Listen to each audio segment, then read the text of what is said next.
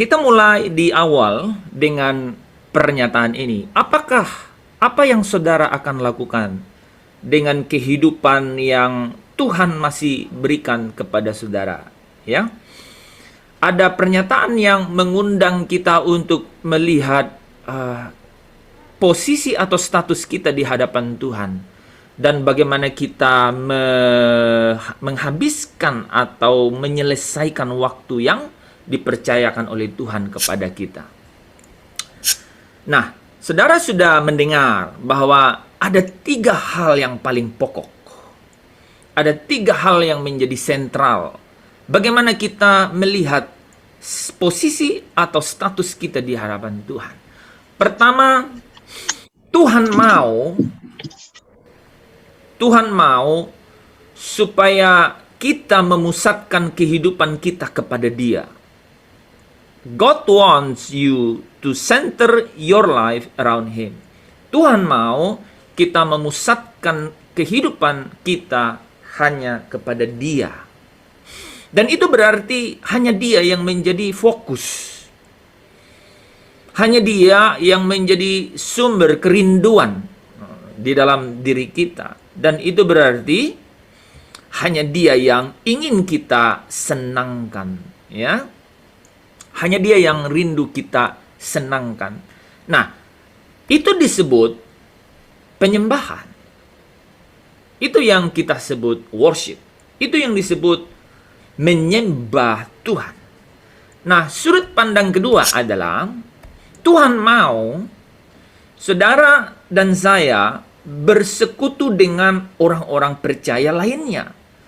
Masuk di dalam persekutuan sebagai tubuh Kristus, ya. So God wants you to connect with believers, ya. Tuhan mau saya dan saudara bersekutu dengan orang percaya yang lainnya supaya kita masuk di dalam persekutuan tubuh Kristus. Itu adalah, saudara tahu cerita itu, Kisah Para Rasul 2, ya. Inilah cara hidup jemaat pertama. Ya. Mereka bertekun dalam pengajaran Rasul, ya, pengajarannya saudara, ya. Dan dalam persekutuan di dalam bait Allah itu merupakan seperti kelompok besar, ya. Tetapi selain itu saudara, mereka juga berkumpul di rumah masing-masing, ya, cell group. Mereka juga berkumpul memecahkan roti dan makan bersama, ya. Nah, itu yang disebut fellowship atau persekutuan. Jadi di hadapan Tuhan kita adalah tubuh Kristus. Saudara dan saya, saudara, ya. Ya, kita bersaudara karena kita dilahirkan dari roh yang sama, ya. Teman-teman, mic nggak dikunci sehingga saudara bisa interaktif dengan saya. Hal yang terakhir atau yang ketiga, Tuhan mau saya dan saudara bertumbuh di dalam kedewasaan rohani untuk menjadi serupa dengan Kristus, ya. Seperti Yesus, ya. God want you to cultivate spiritual maturity. Jadi Tuhan mau saudara dan saya bertumbuh dalam kedewasaan rohani untuk menjadi serupa dengan Kristus. Dan itu artinya kita menjadi murid bukan hanya karena mendengar Injil atau kemudian kita menjadikan murid dengan cara penginjilan. Itu juga bukan berarti hanya menghasilkan menjadi orang yang bertobat atau menghasilkan petobat, tetapi sesungguhnya adalah menghasilkan murid Kristus yang sejati, ya, yang mau menyangkal dirinya, memikul salibnya, dan terus mengikut Yesus. Nah, saudara, inilah yang kita sebut pemuritan atau discipleship. Nah, jadi 3 hal ini, worship atau pusatkan diri pada Tuhan, Tuhan menjadi pusat hidup, ya. Fellowship atau bersekutu di dalam tubuh Kristus, dan discipleship atau menjadi serupa dengan Kristus. Tiga hal ini selalu menjadi pilar ya di dalam GPS program yang saya akan bawakan. Nah, malam hari ini, saudara ya, khusus malam hari ini dan malam hari ini dan berapa ya? 9 hari ke depan ya, karena setiap minggu itu 5 hari kan? 5 hari ya, Senin, Selasa, Kamis, Jumat, Sabtu dan Senin, Selasa, Kamis, Sabtu, Minggu, dan kemudian Senin, Selasa, Kamis, Sabtu, Minggu. Hari ini dan 9 hari ke depan, kita akan bicara mengenai sebagian dari worship atau Tuhan menjadi pusat hidup. Nah, saudara sudah mendengar tadi bahwa worship adalah Tuhan mau kita memusatkan kehidupan kita kepada Tuhan. Nah, mari kita baca 2 ayat malam hari ini yang mendasari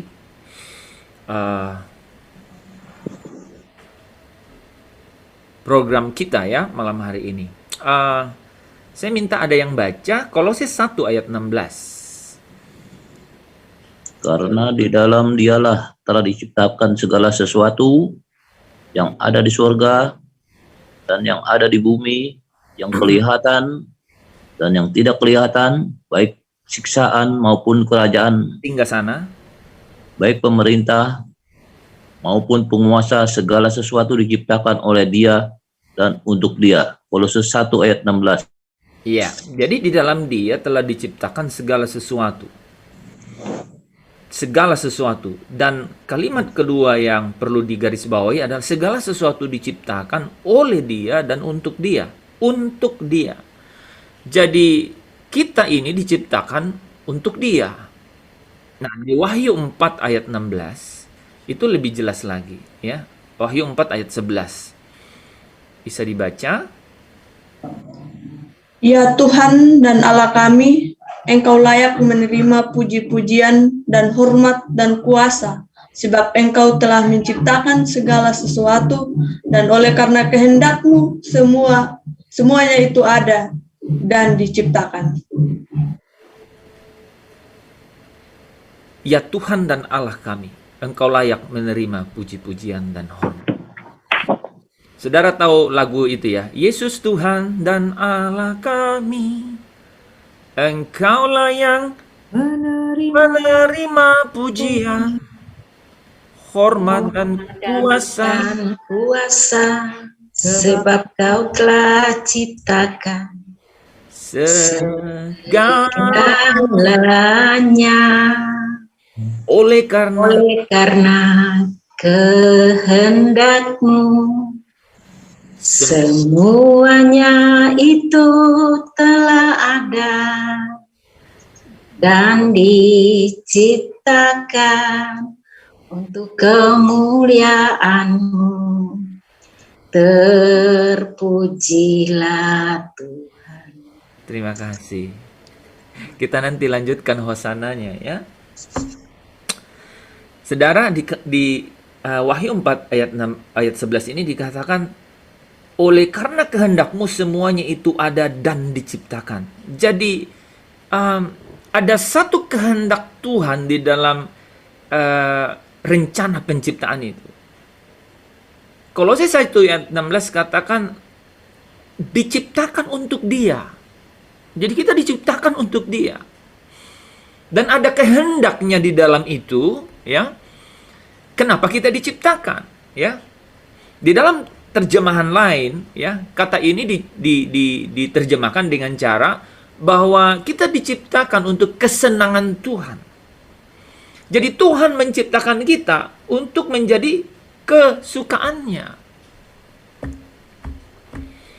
Tidak ada agenda rencana lain, saudara. Tidak ada agenda dan rencana lain Tuhan selain menciptakan kita untuk kesukaannya.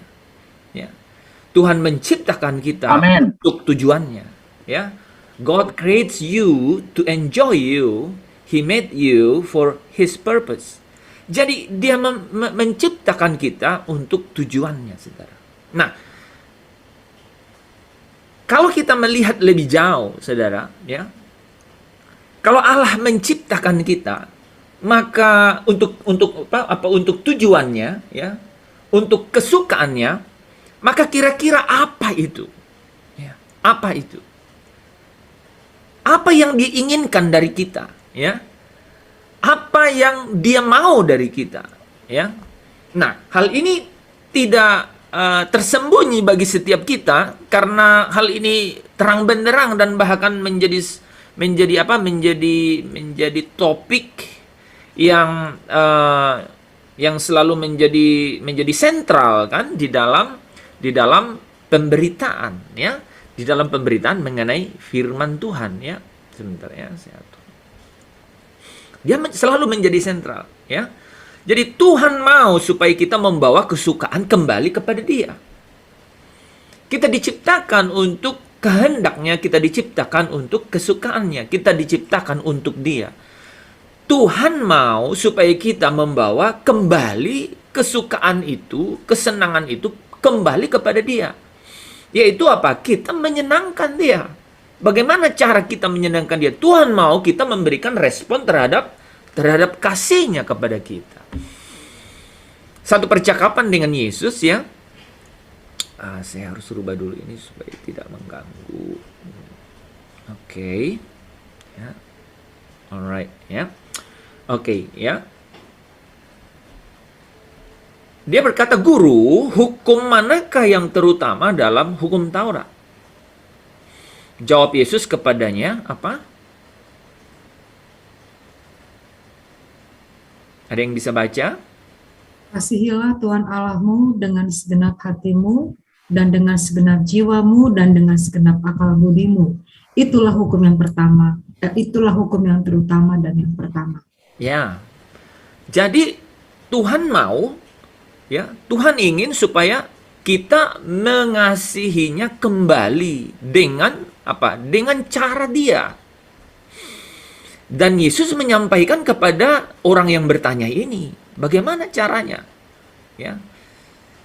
Yesus berkata, dengan segenap hatimu, dengan segenap jiwamu, dengan segenap akal budimu.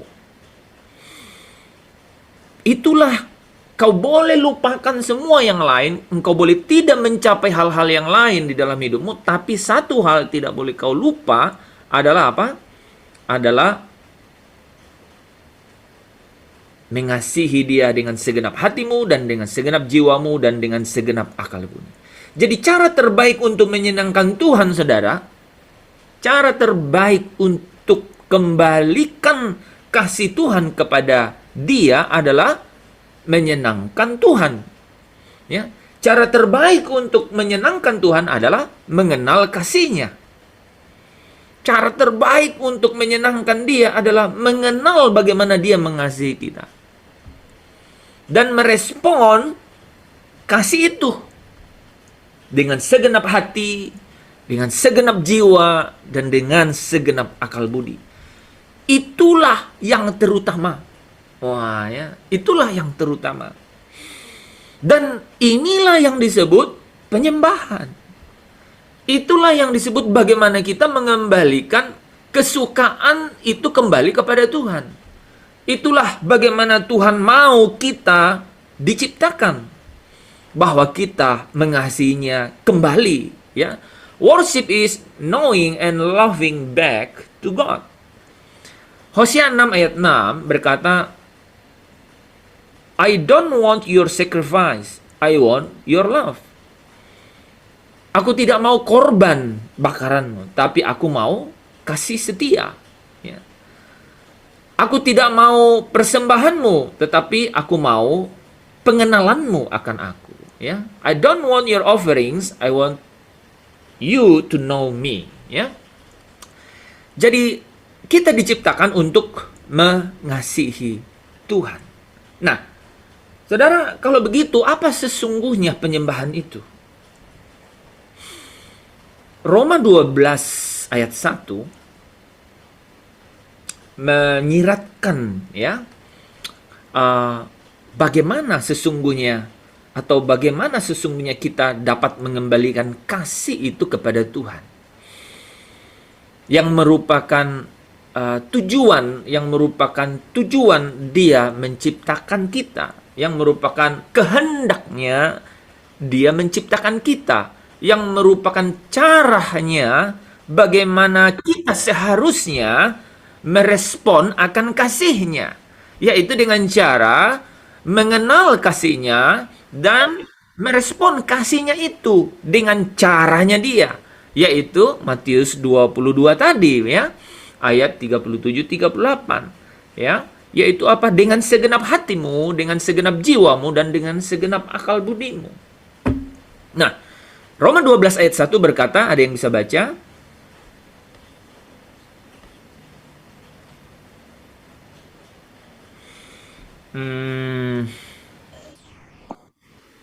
Ada siapa lagi? Yuli baca. Karena itu, saudara-saudara, demi kemurahan Allah, aku menasihatkan kamu supaya kamu mempersembahkan tubuhmu sebagai persembahan yang hidup, yang kudus dan yang berkenan kepada Allah, dan itu adalah ibadahmu yang sejati. Amin. Ya. Jadi karena kemurahan Allah, ya. Jadi karena kemurahan Allah. Jadi ada kemurahan, ada sebab karena itu. Ya, jadi bukan kita yang pertama mengasihi Tuhan, tapi Tuhan yang mengasihi kita dengan kemurahannya itu. Ya, kemurahannya itu membawa kita untuk kemudian dapat mengenal kasih-Nya itu. Ya, nah, saudara yang dikasihi Tuhan, kalau kita lihat di dalam terjemahan lain ya, di dalam bahasa Inggris nih ya, ada kata because ya. Jadi ada sebab. Ada hal yang awalnya dilakukan oleh Tuhan dan kemudian ada kata offer atau apa? Mempersembahkan. Nah, Saudara, dari Roma 12 ayat 1 ini bisa kita lihat bahwa penyembahan itu adalah respon kita akan kemurahan dan kasih Tuhan. Penyembahan adalah respon. Penyembahan adalah cara kita bereaksi ketika Dia sudah mengasihi kita. Cara kita kembali untuk membawa kasih kita kepadanya sebagai respon kasih-Nya kepada kita. Jadi inisiatifnya selalu dari Tuhan. Dan kita merespon kembali kasih-Nya itu, yaitu dengan cara menyenangkan Dia. Worship is my response to God's love. The way I react when He loves me. Ya, nah, saudara, bagaimana kita mengasihinya kembali? Bagaimana caranya kita dapat memberikan kasih kita kembali kepada Tuhan? Apa yang kita dapat persembahkan, saudara, kepada Allah yang memiliki segalanya? Kepada Allah yang punya segala-galanya? Kepada Allah yang mengendalikan segala-galanya? Kepada Allah yang pemilik hidup kita?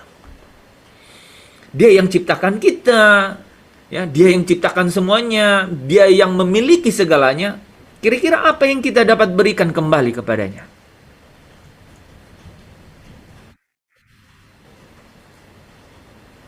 Aku tidak perlu korbanmu.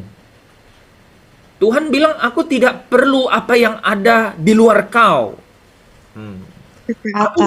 Aku nggak perlu apa yang ada di luar kau. Gimana, Bu Sarah? Ketaatan yang diperlukan Tuhan. Ketaatan. Dan korban bakaran, ya.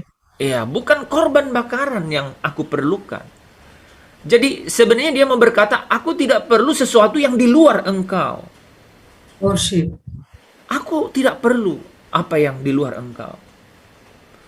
Yang aku perlu adalah Penyembahan. engkau mengenal aku dan mengasihi aku.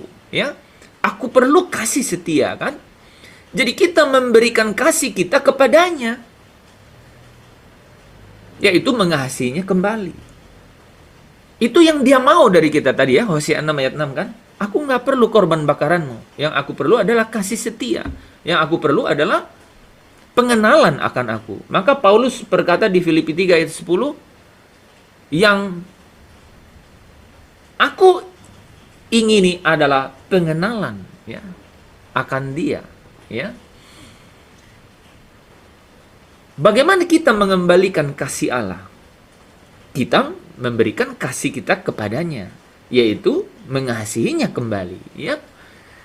Bagaimana kita membalas atau memberi reaksi terhadap kasihnya Allah kepada kita? Memberikan kasih kita kembali kepadanya, ya. Markus 12 ayat 30 berkata, kasihilah Tuhan Allahmu dengan segenap hatimu, dengan segenap jiwamu, dengan segenap akal budimu, dan dengan segenap kekuatanmu.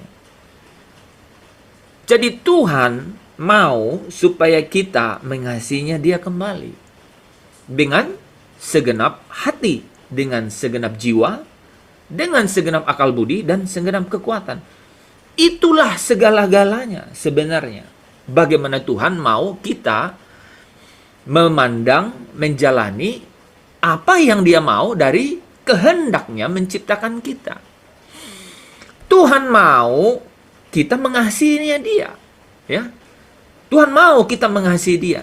Mengasihi dia dengan pikiran, mengasihi dia dengan gairah kita, mengasihi dia dengan apa? Dengan kemampuan kita, dengan kekuatan kita. Dia mau kita mengasihi. Nah, kita mengasihi Tuhan, ya, dengan apa? Dengan perhatian, dengan perhatian kepada Tuhan, dengan perhatian kita, dengan fokus kita kepada Tuhan, yaitu dengan cara mengasihinya dengan akal budi, dengan segenap akal budi. Kita memberikan perhatian kita kepada Tuhan, ya, dengan mengasihinya segenap akal budi kita. Kita memberikan apa? Perasaan kasih kita kepada Tuhan dengan cara mengasihi dengan segenap hati dan segenap jiwa. Kita memberikan kemampuan kita kepada Tuhan, ya, ability kita kepada Tuhan, yaitu dengan cara mengasihinya dengan segenap kekuatan kita.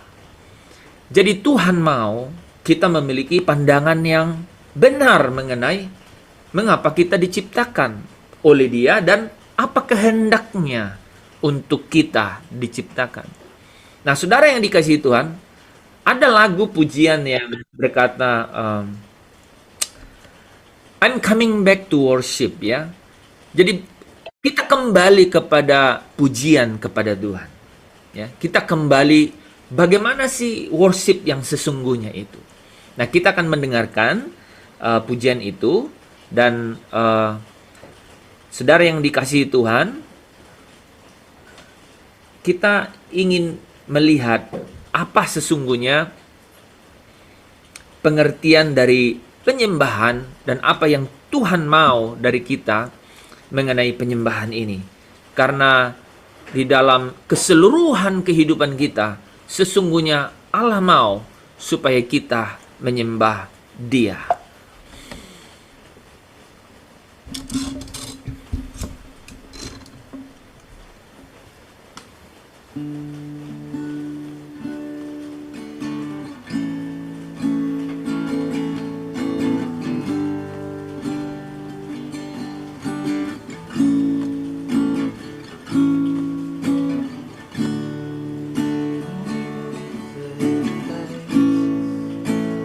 All is stripped away, and I simply come,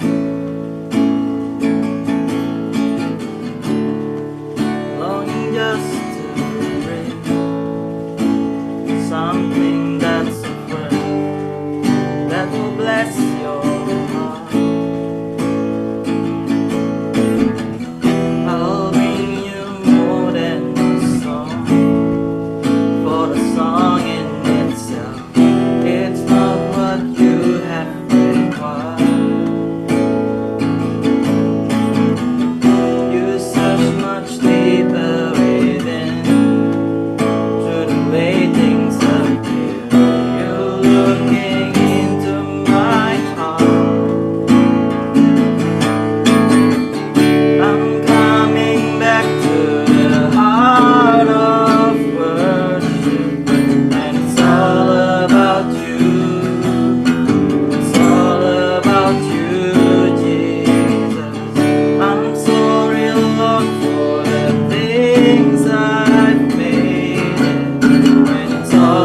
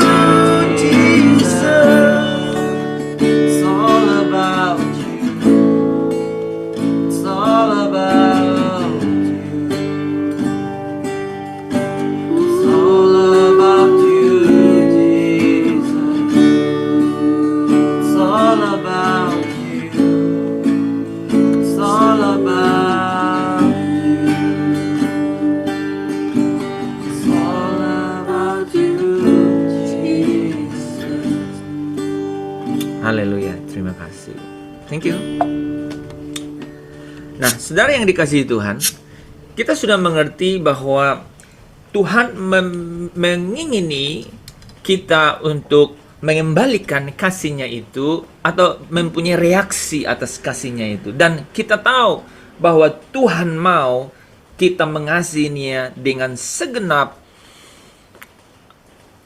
perhatian kita, dengan segenap ekspresi kasih kita, dengan segenap kemampuan yang kita miliki. Dan itulah cara kita membawa kembali semua kesukaan dan kesenangan kembali kepada Tuhan. Dan itulah worship, ya. Segenap kekuatan kita, segenap perhatian kita, segenap rasa kasih kita kepada Tuhan. Nah, kita akan masuk dalam 3 poin itu, teman-teman.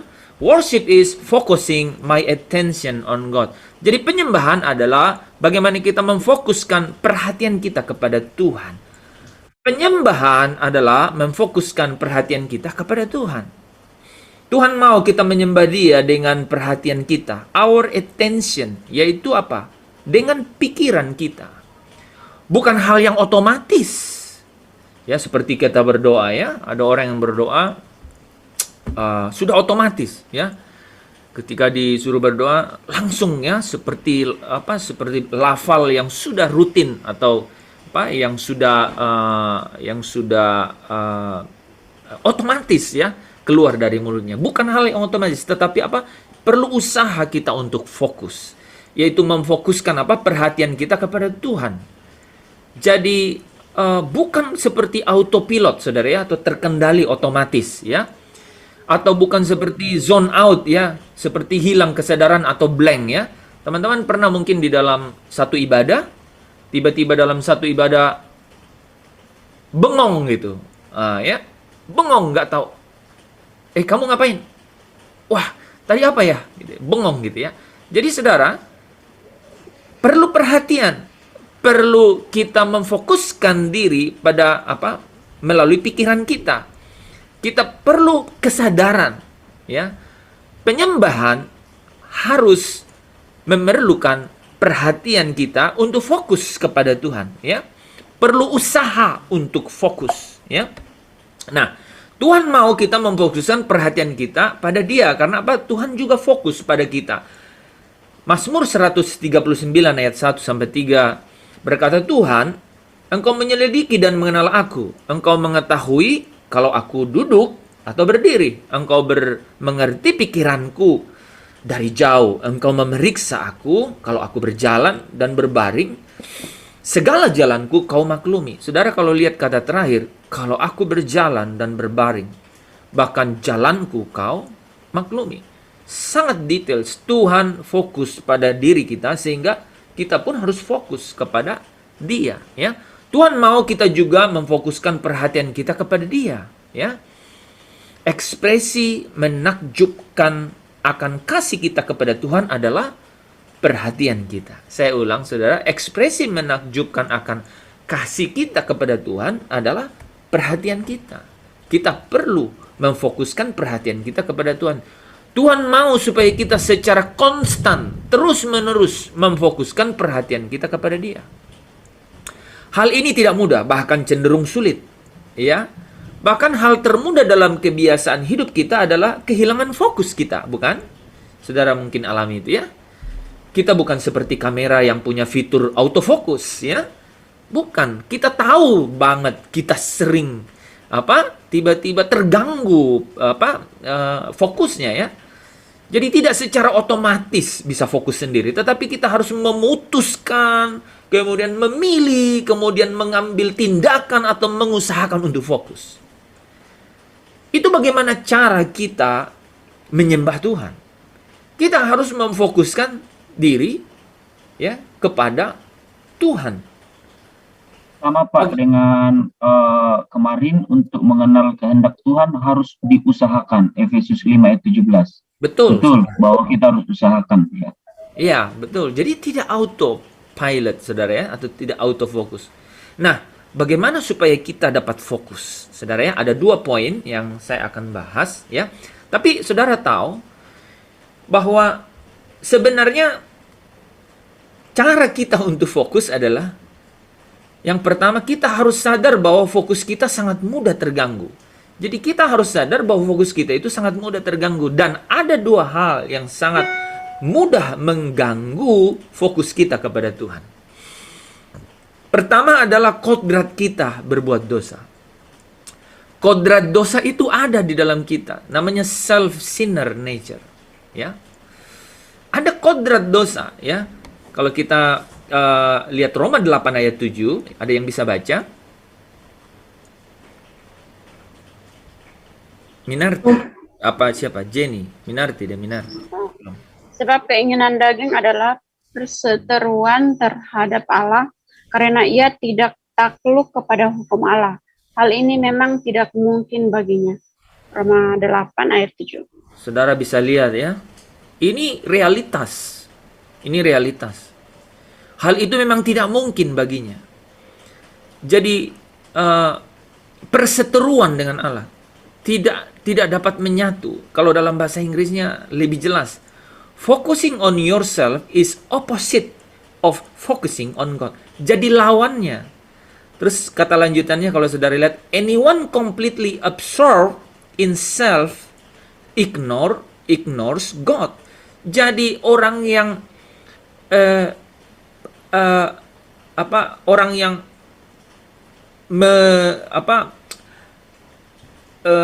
tenggelam di dalam keinginannya sendiri itu pasti mengabaikan Tuhan.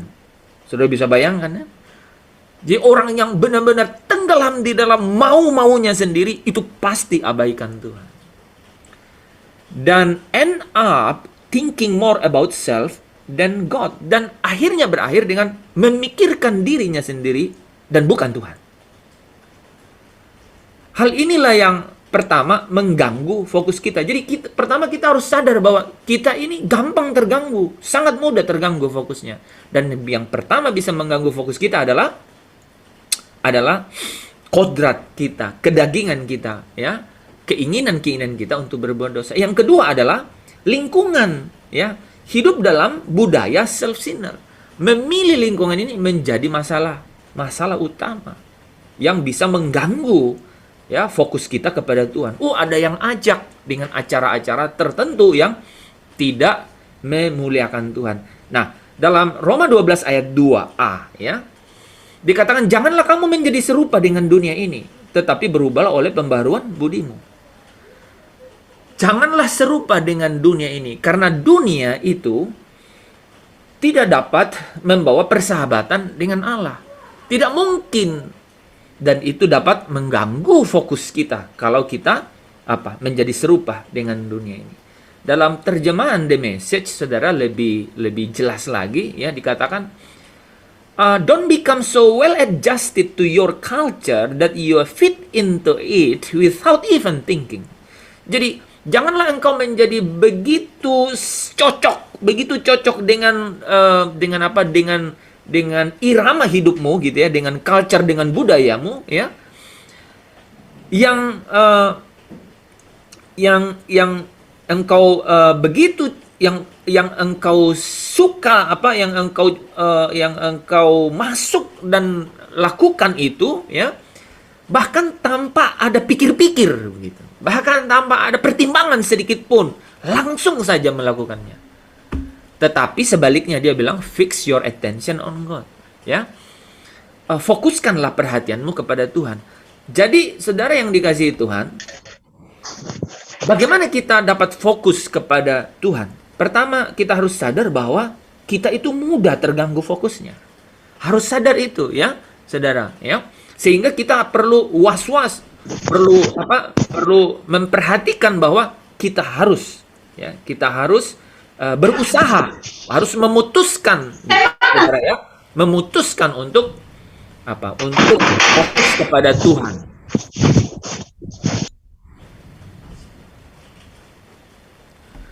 Oke. Nah, saudara, yang kedua adalah bagaimana kita fokus kepada Tuhan.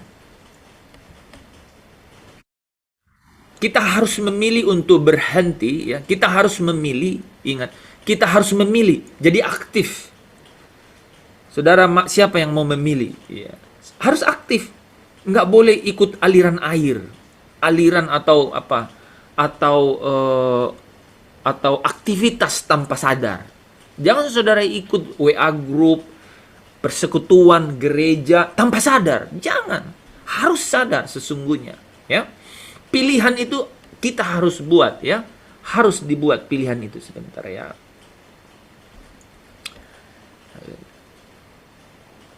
Oke. Supaya terhindar kita dari ini, ya. Jadi pilihan itu kita harus buat, saudara, ya. Kita harus memilih, ya. Oke. Oke. Kita harus memilih, ya, untuk berhenti memikirkan hal yang lain dan mulai memfokuskan perhatian kita kepada Tuhan. Ini pilihan, kita harus pilih untuk berhenti memikirkan yang lain dan mulai fokus perhatian kita kepada Tuhan. Nah, bagaimana melakukan itu? Pertama apa, saudara? Ada dua hal. Pertama, komitmen waktu pribadi kita dengan Tuhan. Nah, ya. Matius 6 ayat 6 katakan begini. Tetapi jika engkau berdoa, masuklah ke dalam kamarmu, tutuplah pintu dan berdoalah kepada Bapamu yang ada di dalam tempat tersembunyi. Maka Bapamu yang melihat yang tersembunyi akan membalas kepadamu, ya. Jadi komitmen waktu pribadi dengan Tuhan setiap hari. Bukan karena disuruh, tetapi karena kerinduan sendiri. Saudara harus pilih, bukan karena ada hal lain di luar itu, apapun. Ya, karena intervensi luar, apakah karena motivasi lain, apakah karena disuruh oleh orang lain, karena takut ke orang lain. Tapi saudara harus memilih, punya waktu pribadi, ya. Matius 6 ayat 6, ya. Mulai dengan sederhana saja, ya. Honest to yourself, jujur tanpa aturan khusus, ya. Pokoknya punya waktu pribadi, punya dulu aja setiap hari, ya. Berapa? 15 menit, 30 menit, bisa jadi 1 jam. Mulai dengan cara dirimu sendiri, tidak harus spiritual, tidak harus punya ritual atau cara rohani yang secara khusus. Mulailah dengan caramu sendiri. Yang kedua, harus dibangun komunikasi yang terus-menerus dengan Tuhan. Setelah memiliki waktu pribadi, maka kita harus konsisten, ya, terus-menerus, ya. Mazmur 105 ayat 4 katakan, carilah Tuhan dan kekuatannya, carilah wajahnya selalu, ya. Worship Him continually. Ya, carilah wajahnya selalu.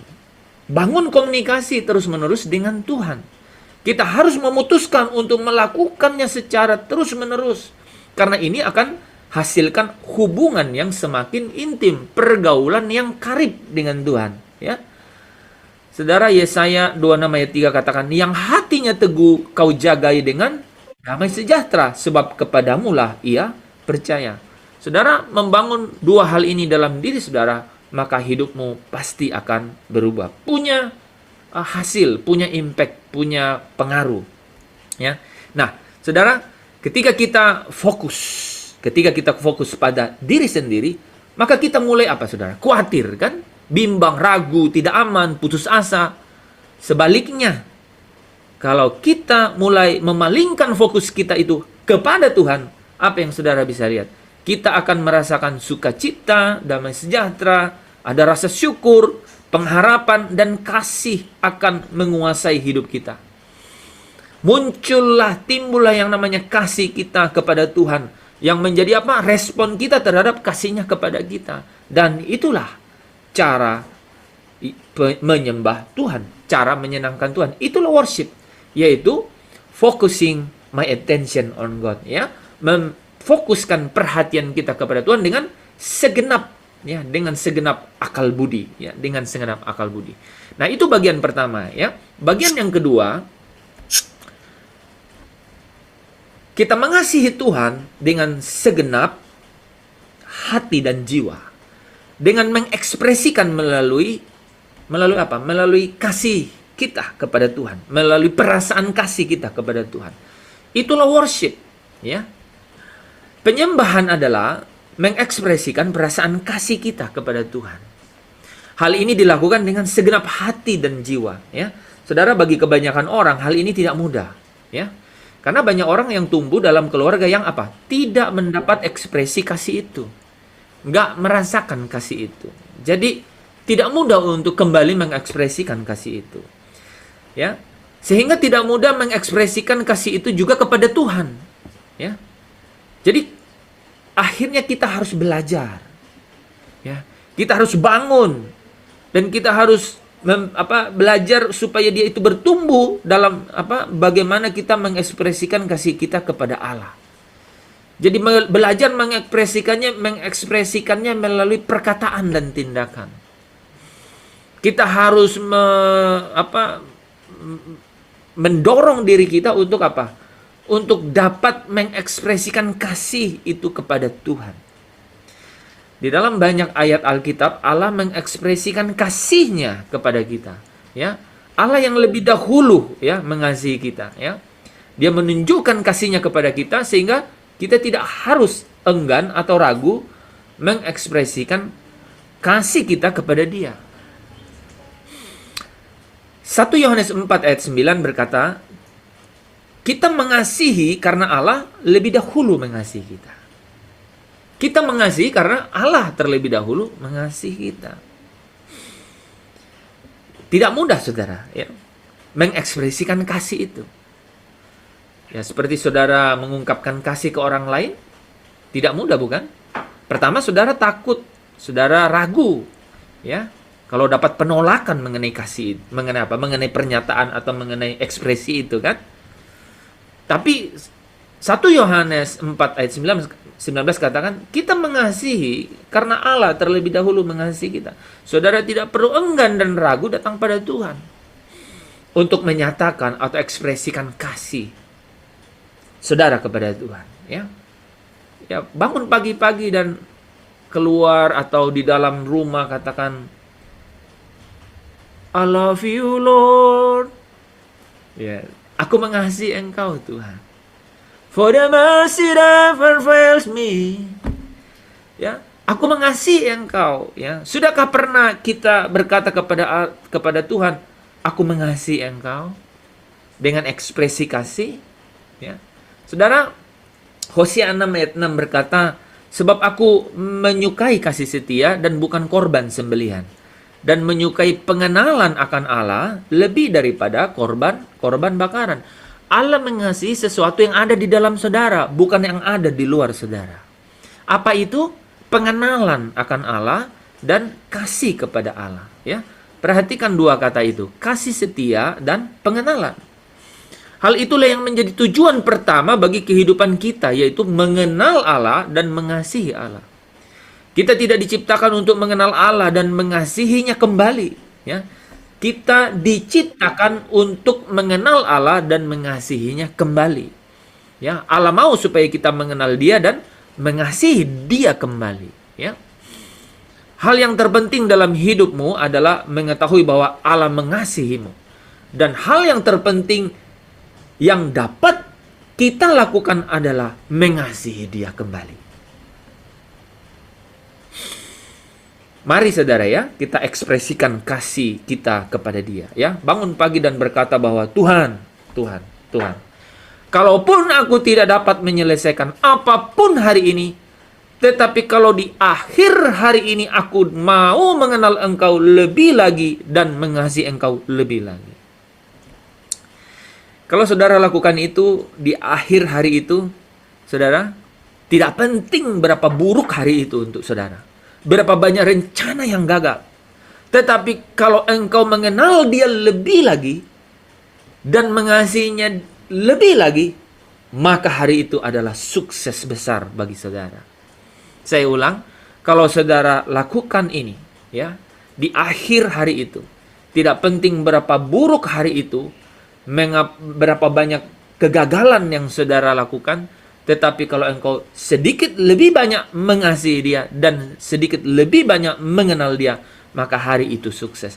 Tetapi sebaliknya, berapa banyak pun hal yang saudara selesaikan hari itu, mungkin saudara mendapat pencapaian luar biasa hari itu, tetapi kalau di akhir hari itu saudara tidak mengenal Dia lebih lagi, atau mengasihi dia lebih lagi, maka hari itu tidak berarti apa-apa.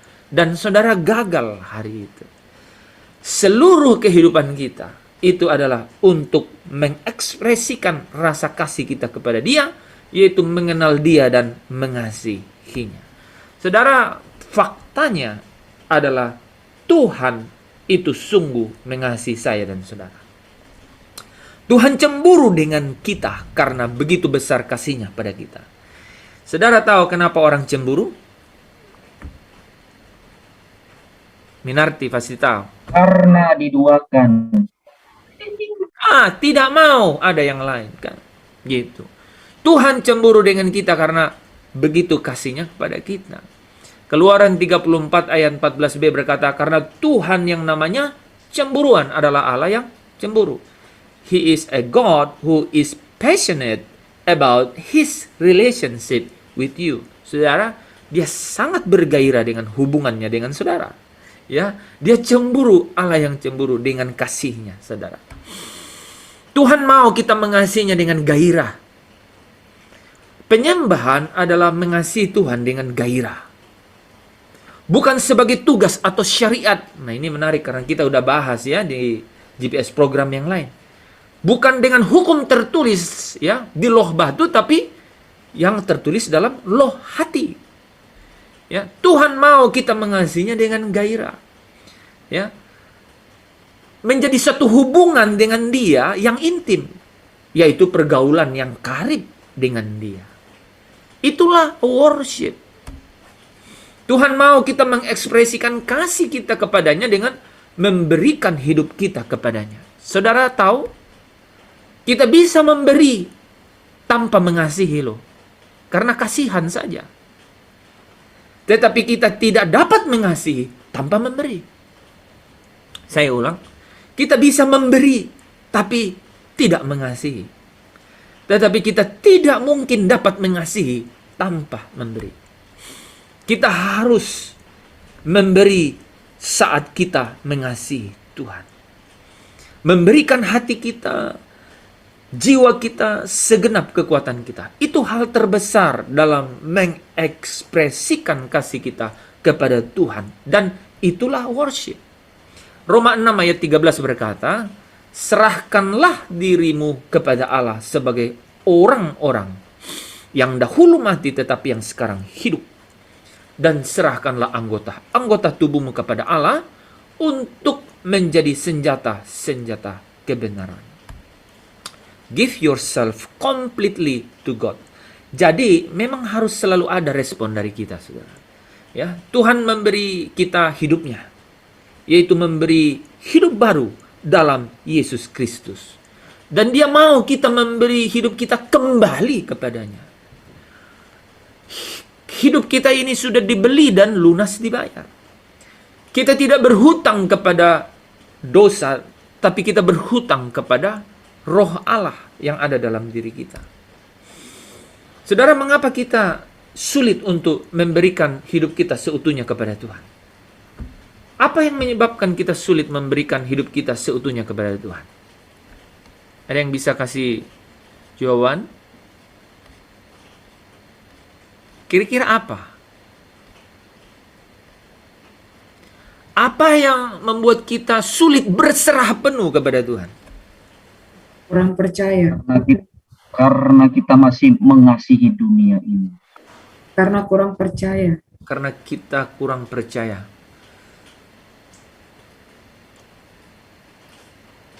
Mungkin karena sering kita dapat masalah, jadi kita tidak percaya Tuhan untuk kasih kehidupan kita seutuhnya. Kita sering dapat masalah sehingga kita tidak percaya kepada Dia, kan? Karena buktinya kita dapat masalah, begitu kan? Nah, ini mengarah. Ya, sebenarnya kita takut.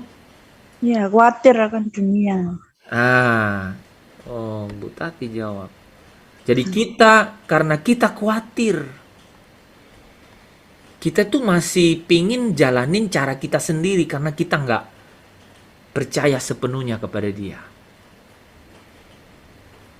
Kalau kita sampai percaya Tuhan sepenuhnya, maka kita pasti memberikan hidup kita seutuhnya. Itu karena kita khawatir, kita takut, kita tidak berani, kita tidak berani mempercayakan diri kepada Tuhan.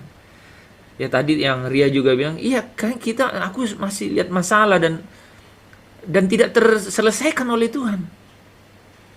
Secara nalar itu make sense, masuk akal. Ya. Bahkan ada orang yang tidak mau mempercayakan diri kepada Tuhan itu karena takut menjadi orang asing di dunia ini, di tempat pekerjaannya, di tempat usahanya, di lingkungannya. Nggak mau. Gitu. Nggak mau seutuhnya. Yang gini, Pak, Bapak majelis ya. Aduh, jangan saya lah. Ntar dibilang orang apa lagi. Ya. Pak, Bapak. Ya. Jadi pokoknya kalau ada identitas rohani, jangan ya. Jangan. Nanti gue nggak bisa gaul di RT gue, di RW gue gitu. Bisa terjadi begitu. Jadi ada banyak hal yang membuat orang tidak berani memberikan hidupnya seutuhnya kepada Tuhan. Nah, saudara, Tuhan mau ya kita sebagaimana kita, personality kita. Tuhan mau kita tidak punya agenda atau jargon hidup yang agenda yang lain atau orientasi yang lain. Bahkan Tuhan mau kita menemukan personality kita yang sesungguhnya itu di dalam Dia. Yang membuat kita takut, yang membuat kita khawatir karena kita mau dan kita punya orientasi, agenda sendiri. Dan kita pikir itulah saya. Coba saudara bayangkan. Dengan agenda, dengan cara kita, dengan orientasi, kita pikir itulah saya. Saya adalah kalau saya jadi sarjana teknik.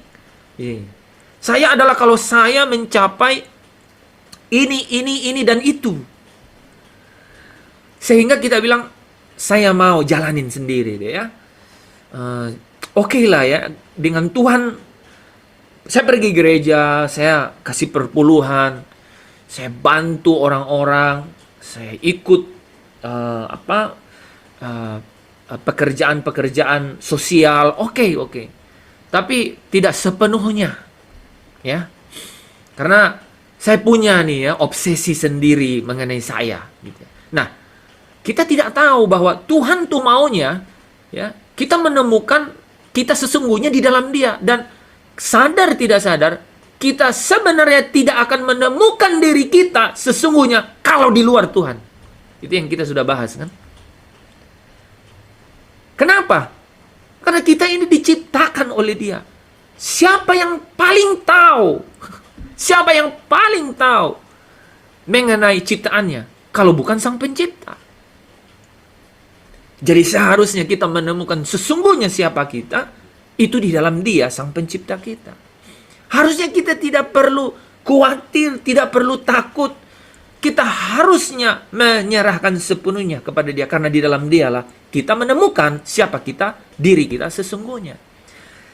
Jadi semakin kita mengenal akan kasih-Nya dan kemudian mengasihi Dia kembali sebagai bukti reaksi kita atau respon kita kepada kasih-Nya, maka kita semakin menemukan personality atau siapa kita sesungguhnya di dalam Dia. Saudara, Yesus Kristus telah korbankan dirinya sebagai bukti kasih-Nya pada kita. Masalah yang sering kita alami adalah kita tidak menyadari betapa besar kasih Allah bagi kita. Kalau kita tahu betapa Tuhan sungguh memperhatikan setiap detail dari kehidupan kita, pastilah kita akan berkata, bagaimana mungkin saya tidak mengasihi Tuhan yang seperti ini, yang secara detail merajut aku dari kandungan ibuku. Ya, kita sering tidak menyadari betapa Tuhan sungguh-sungguh mengasihi kita. Penyembahan adalah respon kita.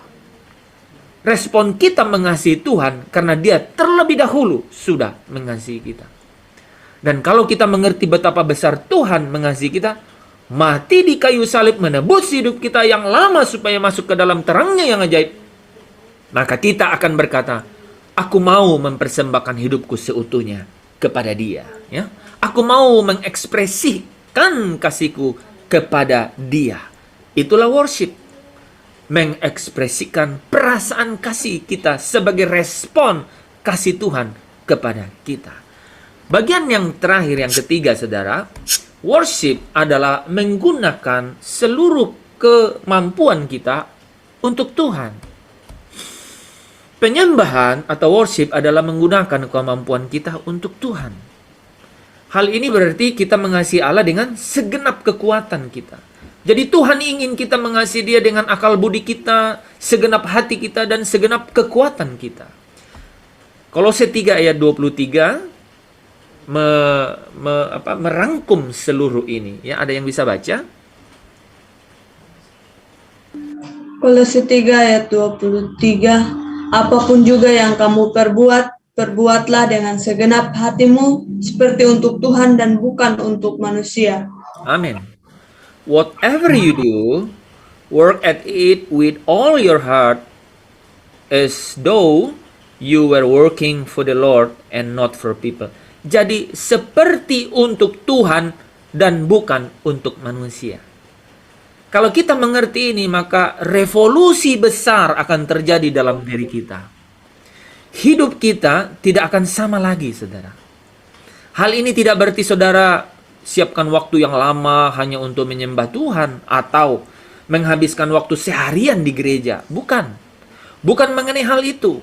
Tetapi ini adalah mengubah fokus kepada siapa kita bekerja, kepada siapa kita membaktikan diri, yaitu kepada Tuhan dan bukan kepada manusia. Ini masalah mindset. Dan kalau kita ubah untuk siapa kita bekerja, untuk siapa kita berbakti, maka hidup kita menjadi penyembahan. Seluruh kekuatan dan kemampuan kita menjadi penyembahan.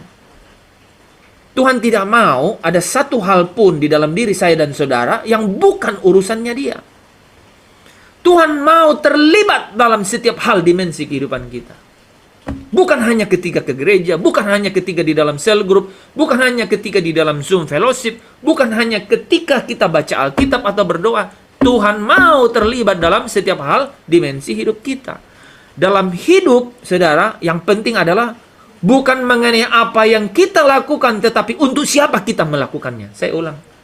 Bukan mengenai apa yang kita lakukan, tetapi untuk siapa kita melakukannya. Kita melakukan semuanya haruslah untuk Tuhan. Roma 12 ayat 1 berkata, karena itu saudara-saudara, demi kemurahan Allah aku menasihatkan kamu supaya kamu mempersembahkan tubuhmu sebagai persembahan yang hidup. Dalam bahasa Inggris lebih enak karena dia bilang, take your everyday ordinary life. Jadi setiap hal di dalam hidupmu, katanya ya, hidupmu sehari-hari, ya, baik engkau tidur, makan, jalan, bekerja, apapun, letakkan semuanya itu sebagai persembahan kepada Tuhan. Penyembahan tidak terjadi hanya saat kita dalam persekutuan, gereja, cell group. Tetapi penyembahan terjadi dalam setiap rutin. Setiap hal rutin dalam hidup kita. Penyembahan inilah yang Tuhan inginkan dari kita. Yaitu di dalam setiap hal yang kita lakukan. Dengan menggunakan semua kemampuan kita. Kita harus memiliki cara pandang bahwa apapun yang kita lakukan untuk Tuhan. Sehingga kehidupan kita menjadi penyembahan yang aktif. Yang dinamis. Di dalam setiap dan di dalam segala hal. Dengan demikian saudara, penyembahan menjadi apa? Lifestyle. Menjadi gaya hidup. Karena Tuhan terlibat di dalam segala sesuatu. Kalau saudara driver online, saudara melakukannya untuk Tuhan. Tidak penting apa yang saudara. Kalau saudara seorang mahasiswa, saudara melakukannya untuk Tuhan. Kalau saudara seorang pengusaha, saudara melakukannya untuk Tuhan. Bukan masalah apa yang saudara lakukan, tapi untuk siapa saudara melakukannya. Penyembahan menjadi gaya hidup. Segala sesuatu yang saudara lakukan, semua kemampuan saudara gunakan untuk Tuhan. Kalau cari uang hanya untuk Tuhan, kalau tidak untuk Tuhan, mendingan jangan cari uang. Menggunakan segenap kemampuan kita untuk Tuhan, itulah yang disebut penyembahan. Kita sampai pada bagian akhir. Saudara, worship, penyembahan adalah mengenal bahwa Allah lah yang mengasihi kita, terlebih dahulu, dan kemudian kita merespon kasihnya itu dengan mengembalikan kasihnya. Dengan cara kita fokus pada apa? Pada memperhatikan ya apa yang Tuhan mau. Pada mengekspresikan kasih kita kepada Dia dan menggunakan seluruh kemampuan di dalam segala hal apapun yang kita lakukan untuk Tuhan. Itulah penyembahan. Saya mau simpulkan di bagian akhir, saudara, realitas dari suatu kebenaran bahwa setiap orang pasti menyembah sesuatu. Pasti saudara menyembah sesuatu. Kita nggak tahu apa atau siapa. Ini menarik. Kalau kita tidak menyembah Tuhan, pastilah kita mencari penggantinya. Bahkan itu mungkin saja adalah diri kita sendiri. Makanya Yesus berkata kepada orang-orang yang mau mengikut Dia, barang siapa yang tidak melepaskan dirinya dari segala miliknya, itu tidak dapat menjadi muridku. Artinya kalau itu yang menjadi fokusnya, maka dia tidak dapat menyembah Allah. Barang siapa yang tidak membenci ayahnya, ibunya, saudaranya laki-laki, perempuan, atau nyawanya sendiri tidak dapat menjadi muridku. Artinya tidak dapat mengembalikan kasih Allah yang Tuhan kehendaki itu terjadi. Apa yang kita sembah? Saudara, apapun yang kita berikan perhatian kita yang utama. Apapun yang kita berikan gairah kita yang utama. Dan apapun yang kita berikan kemampuan kita yang utama. Itulah objek yang kita sembah. Saya ulang. Apa yang saudara sedang sembah? Apapun yang kita berikan perhatian kita yang utama, apapun yang kita berikan untuk gairah kita yang utama, apapun yang kita berikan akan kemampuan kita yang utama, itulah objek yang kita sembah. Beberapa orang menyembah karirnya, menyembah profesinya, karena itulah yang menjadi perhatian utama.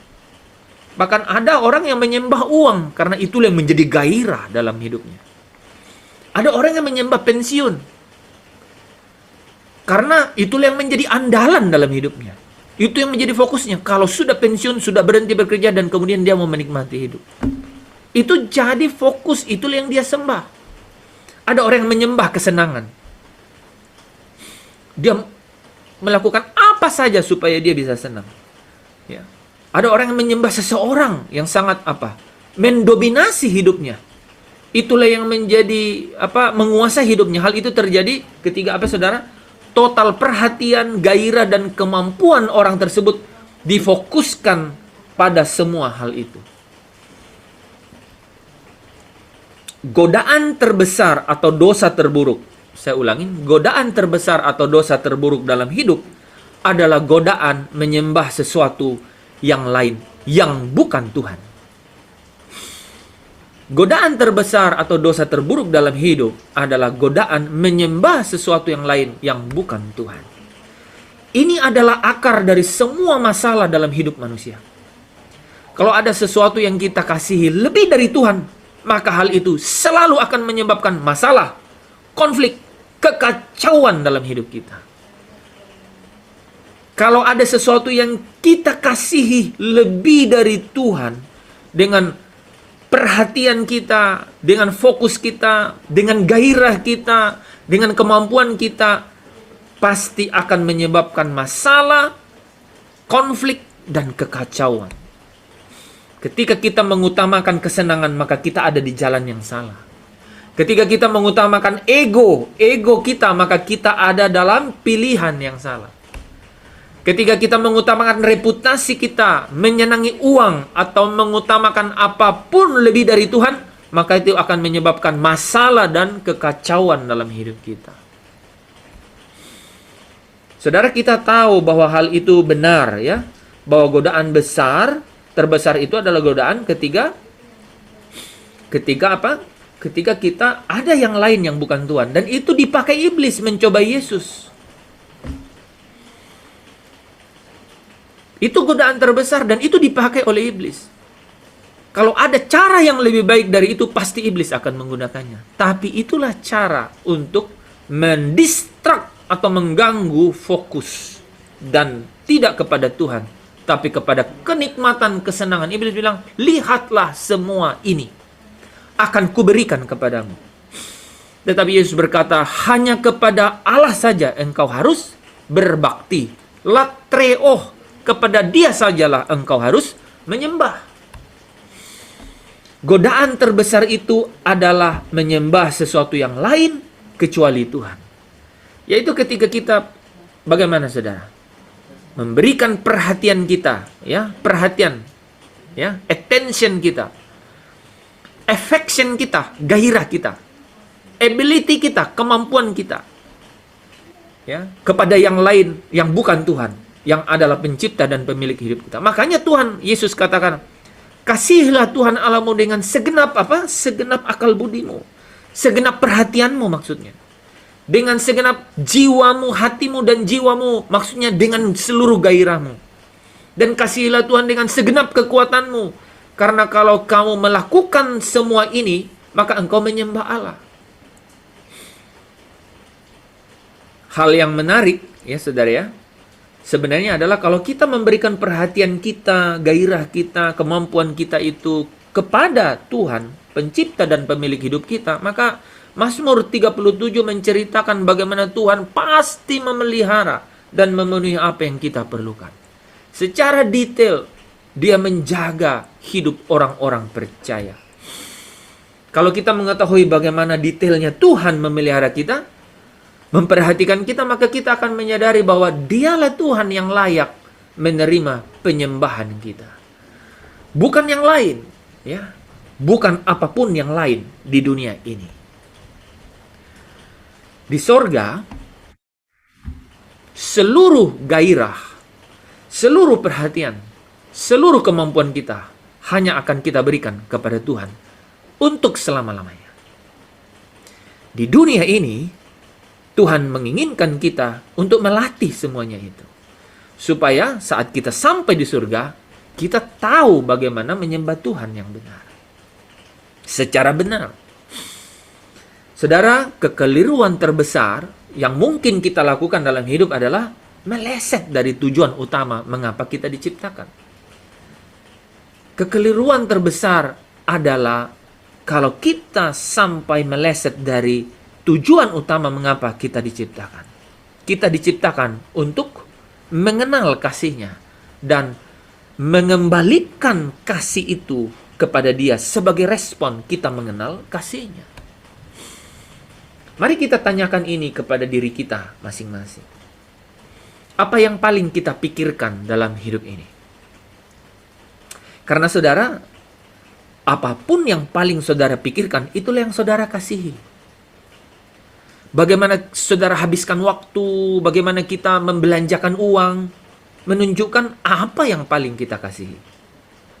Apakah kita mengasihi diri sendiri? Atau mengasihi Tuhan? Alkitab berkata, kita diciptakan oleh Dia. Dan untuk Dia. Oleh kehendaknya semuanya itu ada dan diciptakan. Untuk kemuliaannya. Kolose 1 ayat 16, Wahyu 4 ayat 11 yang kita sudah baca tadi. Jadi kita diciptakan untuk mengasihi Dia. Untuk membawa semua fokus perhatian kita, gairah kita dan segenap kemampuan kita kepada Tuhan. Itulah segenap akal budi, segenap hati dan jiwa, dan segenap kekuatan kita. Itulah penyembahan yang sejati. Tantangan kita adalah, saudara, bagaimana kita menjadikan tujuan pertama dalam hidup kita sebelum segala sesuatu yang lain, yaitu untuk mengenal Allah dan mengasihinya. Itu adalah tantangan hidup kita. Bagaimana kita menjadikan tujuan utama kita adalah mengenal Dia dan mengasihinya. Rasul Paulus menulisnya dalam 2 Korintus 5 ayat 9. Sebab itu juga kami berusaha. Sebab itu juga kami berusaha. Baik kami diam dalam tubuh ini, maupun kami diam di luarnya, supaya kami berkenan kepadanya. Jadi Paulus berusaha supaya dia dapat mengenal dan kemudian dia mengasihi Tuhan kembali dengan untuk respon kasih itu kepada dia, yaitu supaya dia berkenan kepada dia. Saudara, itulah yang kita sebut penyembahan, yaitu mengenal dia dan mengasihi dia kembali. Terpujilah Kristus. Mari kita